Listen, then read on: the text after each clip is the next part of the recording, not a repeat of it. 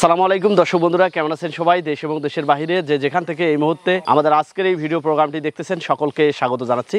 দর্শক বন্ধুরা, পবিত্র ঈদ উল আজহা আর কয়েকদিন মাত্র। এই অবস্থায় আমরা সারা দেশের বিভিন্ন প্রান্তে ঘুরে বেড়াচ্ছি। দেশের প্রান্তিক পর্যায়ের খামারিরা তাদের ঘরে উৎপাদিত সুন্দর সুন্দর যে সারগুলো ঈদ উপলক্ষে প্রস্তুত করেছেন সেগুলো দেখানোর জন্য সেই জায়গা থেকে আমরা আজকে চলে এসেছি ঝিনাইদহ সদর উপজেলার কালুহাটি এলাকায়।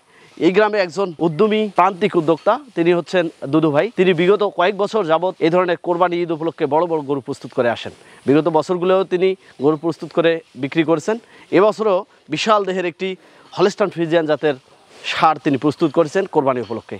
কিন্তু দুঃখের বিষয় হচ্ছে, প্রান্তিক গ্রামে বসবাস করার কারণে বিগত বছরে যে গরুগুলো তিনি লালন পালন করেছেন সেগুলোতে ন্যায্য দামগুলো তিনি পাননি, যার কারণে এবছরে যে তিনি গরুটি লালন পালন করেছেন এটি নিয়ে তার একটি হতাশা কাজ করতেছে যে এবছরেও এই গরুটাতে ন্যায্য দাম পাবে কিনা। তো আমি আশা করি যে আমাদের এই ভিডিও প্রোগ্রামগুলোর মাধ্যমে অবশ্যই এই গরুটি বিক্রি হয়ে যাবে। সেই সাথে অনেক বিত্তবান ব্যক্তি রয়েছেন, অনেক ধনবান ব্যক্তি রয়েছেন যারা শখ করে গরু কোরবানি দেয়। তারা যদি প্রান্তিক পর্যায়ের খামার থেকে গরু ক্রয় করে গরু কোরবানি করে, আমার মনে হয় যে এই খামারিরাও উৎসাহ পাবে এবং তারাও এই ধরনের শৌখিন গরুগুলো কোরবানি করে আত্মতৃপ্তি লাভ করতে পারবে। এখন বর্তমান মিডিয়াতে একটা বিষয় চলে আসছে যে গরুর বংশটা কি, আসলে কোন বংশের গরু। এই গরুটি হচ্ছে এসিআই সিমেন্ট দ্বারা উৎপাদিত একটি সার, যার বিস্তারিত তথ্য আমরা এই ভিডিওর শেষে দিব। আমরা সেই দুদু ভাইয়ের সাথে কথা বলে তার গরু লালন পালনের বিভিন্ন বিষয় জানবো এবং এই গরুটাকে তিনি কতটা আশা স্বপ্ন নিয়ে বড় করেছেন, কি খাওয়াতেন, কিভাবে দেখভাল করেছেন, সব বিষয় জানবো। তার যে হতাশা আছে, আমার মনে হয় যে আজকের এই ভিডিওর মাধ্যমে তার এই হতাশা দূর করার কিছুটা আমরা চেষ্টা করব, যদি আল্লাহ তাআলা চায়। চলুন আমরা সেই প্রান্তিক উদ্যোক্তা দুদু ভাইয়ের সাথে কথা বলি।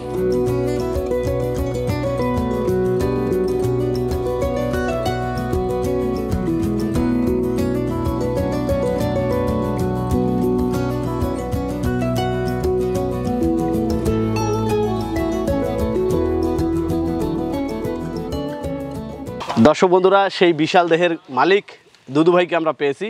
সর্বপ্রথম তার হতাশার গল্প জানবো, তারপরে উদ্যোক্তা হওয়ার গল্প জানবো, তারপরে এই গরু সম্পর্কে জানবো। আসসালামু আলাইকুম। ওয়ালাইকুম আসসালাম। কেমন আছেন? আলহামদুলিল্লাহ, খুব ভালো। এখন গরুর জন্য ভালো থেকেও ভালো থাকতে হচ্ছে না, কি জন্য অন্য টেনশন হয়। আচ্ছা, এই টেনশনের কথাগুলোই শুনবো। আসার পর থেকে বলতেছিলেন যে অনেক কষ্ট ক্ষোভ রয়েছে এই বড় বড় গরু লালন পালন নিয়ে। আপনি গরু পালন করেন কত বছর যাবত? 30 বছর 28 বছর হয়েছে। এক কথায় ঝিনাইদহ জেলা আমার মতো বড় গরু কেউ পুষিনি। আজকে 20 বছর আগে পুষিয়েছি, একটা 1 লাখ বেছিলাম। তারপর দুটো গরু আমি বাড়িরটা শেষ, মানে ওই সময়ের জন্য শেষ, ওই গাভীর শেষ গরু প্রথম একটার হলো 30 মণ ওজন আর একটার হইলো 28 মণ ওজন।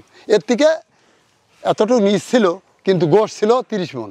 এটার হয়তো একটু কম হবে, অল্প একটু 1 মণ। গাবতলির হাটে 50,000 টাকা খরচ করে জায়গা টাকা নিয়ে সে বছর বড় গরু নেয় না, আমি সেই ঢাকাইতে আবার ফেরত নিয়ে আসি দুটো গরু ফেরত নিয়ে। আমার ভাইয়ের গাড়ি ছিল বিলে, সেই গাড়িতে আবার ফেরত নিয়ে আসি আবার খাওয়াই। পরের বছর নিয়ে যায় কমলাপুর হাটে, নিয়ে যা আমরাও নিয়ে যাতি।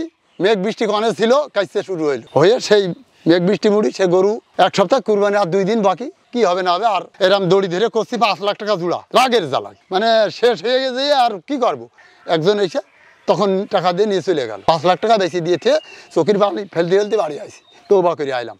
যার গরুই পড়ছো না বড় গরু।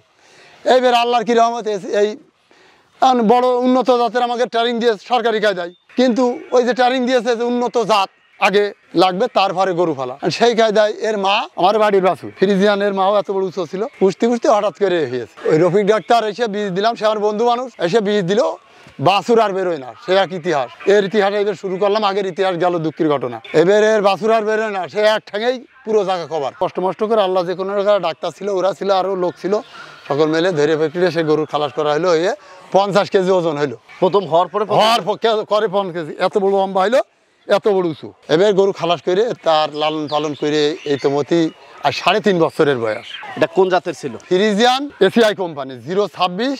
তার মানে একে বড় দেখে আবার স্বপ্ন জাগলো নতুন। হ্যাঁ, তখন স্বপ্ন দেখলো যে তো বড় হবে না, ঠ্যাং যে মোটা, একটা হাতির ঠ্যাঙের মতো, তাতে তো খুব 50 মণ ধরানো যাবে। সেই হিসেব নিয়ে আমি লাগিলাম, কিন্তু এর আর টাইম নেই। এখন 3.5 বছর সমান হয়ে গেছে। 1.5 মাস আগে আছে গিয়ে সমান হয়েছে। কয় দাঁত হয়েছে? 8 দাঁতে সমান হয়, মানে 1.5 মাস আগে 8 দাঁত হয়েছে। এই জন্যই গরু এখন আর সাইজ করতে পারিনি, টাইম নেই আর। মূলত বাসার বাছুর, এটার নাম কি দিয়েছেন? এর নাম এখন ওই ডাক্তাররা আমার নামের নাম দিয়েছে দুধরাজ। দুধরাজ। হ্যাঁ, আমার নাম দুদু মণ্ডল, এখন দুধরাজ। আমি ওই নামে আমি গ্রহণ করে নিলাম। এ ছোটকালে সাধারণভাবে গরু যে খাদ্য দেওয়া হয়, ওর মার দুধ ছিল হয়তো 15 কেজি। ওর ছোটবেলায় আমি 2 কেজি করে দিয়েছি, আর পুরো দুধ খাই দিয়েছি, সবসময় ছেড়ে দিয়ে তুই। অন্য খাবারগুলো কি দিতে? আর অন্য খাবার দিয়েছি, ভুসি চুলায় মাড়াই করে একসাথে গম মাড়াই করে ওইগুলো খাওয়ানোর। ঘাস খাওয়াইতেন? আর কাঁচা ঘাস, দেখা যাচ্ছে যে নেপিয়ার ঘাস আর খড় বিচেলি যা যতটুকু মানে সাধ্য মতো যতটুকু খাই এই কাজে। আচ্ছা, একটু বিশাল রাখতেন কোথায়? আমার গোয়ালঘর নিচ তো, ও এখন গোয়ালি বেঁধে যাচ্ছে, সমস্যায় গোয়ালি মানে আর মেঝেও করা ছিল হাঁটি করে, কিন্তু মেঝে বসে গিয়েছে। আচ্ছা আচ্ছা, এর ওজনে বসে গিয়েছে। ওজন কি মাপছেন? 1005 কেজি না 10 কেজি হইল। বিগত সময়ের বাজে অভিজ্ঞতা রয়েছে, যেহেতু ভালো দাম পাননি, অনেক কষ্ট আকাঙ্ক্ষা ছিল। এই 3 বছর 3.5 বছর একে কষ্ট করে লালন পালন করলেন। কোরবানি ঈদের দাম কেমন চাচ্ছেন? আসলে কি স্বপ্ন নিয়ে বড় করা হয়েছে এবছরে আপনার আশা কি? আমি এর 2 দিন এমনি গান্নার হাটে তুলিলাম। হাটে তুলছেন? তুলছি, এর আগে হাটে তুলছি। এ যদি বড় বড় ফার্মালার হইতে চাইতে 50 লাখ, কিন্তু আমরা তো গরিব মানুষ, গ্রামের লোক, বেশি চাইনি, 10 লাখ চাইছি। তা সেখানে দাম হয়েছে, হয়নি তাই না, 6, 6.5, 7 এরম হয়েছে। কিন্তু আমি বেশি আর করবো না, নিয়ম মতো হলি দেখে শুনে আমি ছেড়ে দিবানি করবো। এখন প্রতিদিন দৈনিক কত টাকার খাদ্য? এখন খাদ্য যাচ্ছে আপনার দিন 15 কেজি করে খাদ্য যাচ্ছে, দানাদার খাদ্য। কি কি যত্ন নেন? এর নিয়ে এখন গা ধোয়ানো, 3-4 বার গা ধোয়ানো, ফ্যান তো সেট করাই আছে। খিদে লাগে পেটে, অতটুকু কুমলি আর খাদ্য, ওর টাইম টেবিল নেই, 3 বা 4 বার খাদ্য হয়। এই বাচ্চাটা জন্মের পর থেকে এর A to Z গাইডলাইন ছিল আমার। সেটা হচ্ছে একে 3 মাস পর পর কৃমিমুক্ত এবং বিভিন্ন যে ডিজিজগুলো আসে ওর প্রতিষেধক একটা টিকার ব্যাপার, বুঝেছেন?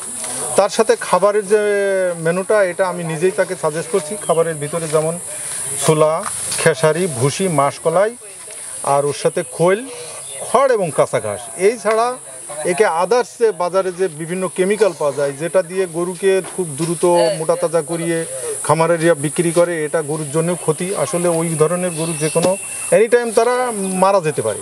কাজেই আমি অন্তত আমার প্রত্যন্ত অঞ্চলে যত খামারি আছে সবাইকে বলি যে পশুর পরে এই ধরনের অবিচার করা যাবে না। দেশের যারা বিত্তশালী লোক আছে তাদেরকে আমি বলবো যে এরা যদি আমাদের প্রান্তিক পর্যায়ে গ্রাম অঞ্চল থেকে গরু কালেকশন করে, তাহলে তারা সঠিক গরু এবং মাংসটা সঠিক পাবে। দুধরাজের জন্ম ছিল আজকে থেকে 3.5 বছর আগে।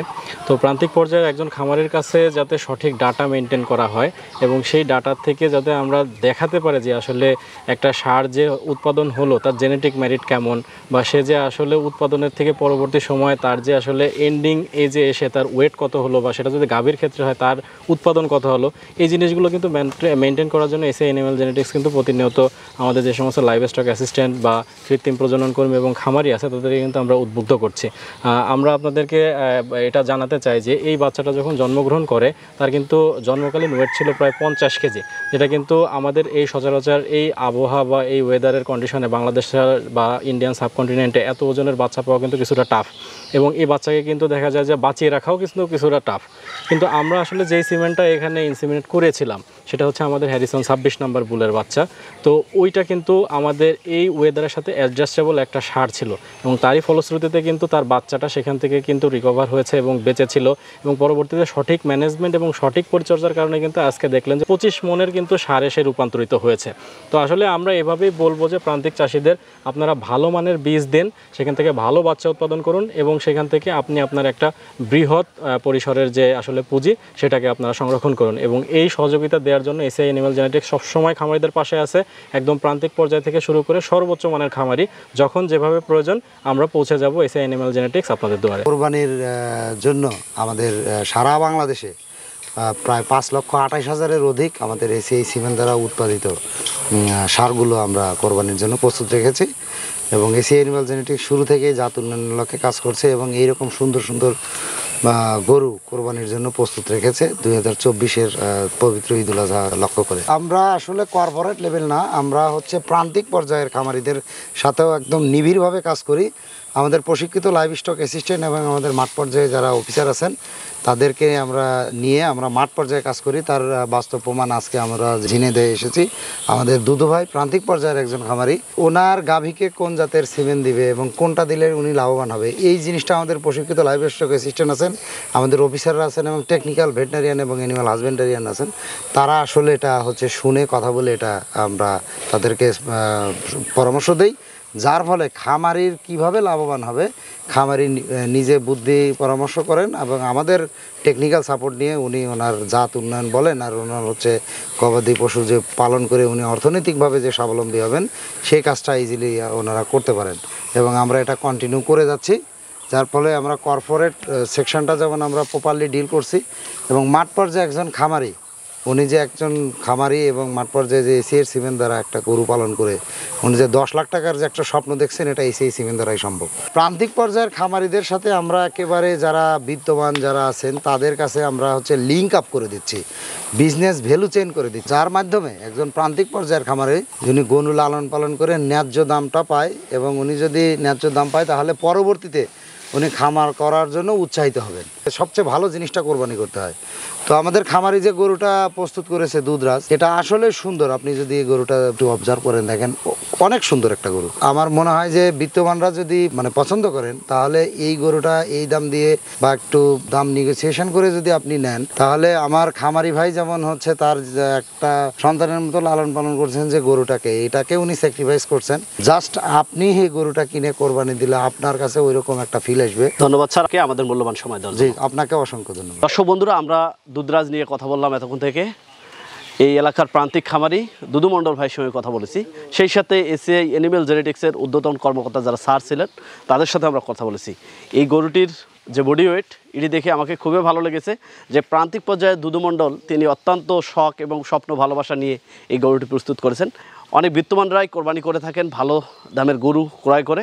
আমি মনে করি যে তাদের একজন হয়তো দুদু মণ্ডল ভাইয়ের পাশে এসে দাঁড়াবেন এবং এই প্রান্তিক পর্যায়ের গরুটি কোরবানি করে আপনারা যেমন আত্মতৃপ্তি লাভ করতে পারবেন, পাশাপাশি দুদু মণ্ডল ভাই পরবর্তী বছরে এই ধরনের বড় বড় গরু প্রস্তুত করার জন্য উৎসাহ পাবে। দর্শক, এই ছিল দুধরাজ নিয়ে আমাদের আজকের এই প্রতিবেদন। আপনাদের আশেপাশের সফলতার গল্পগুলো আমাদের জানিয়ে দিন। আমাদের সাফল্য কথা টিম চলে যাবে আপনাদের কাছে। ধন্যবাদ সবাইকে।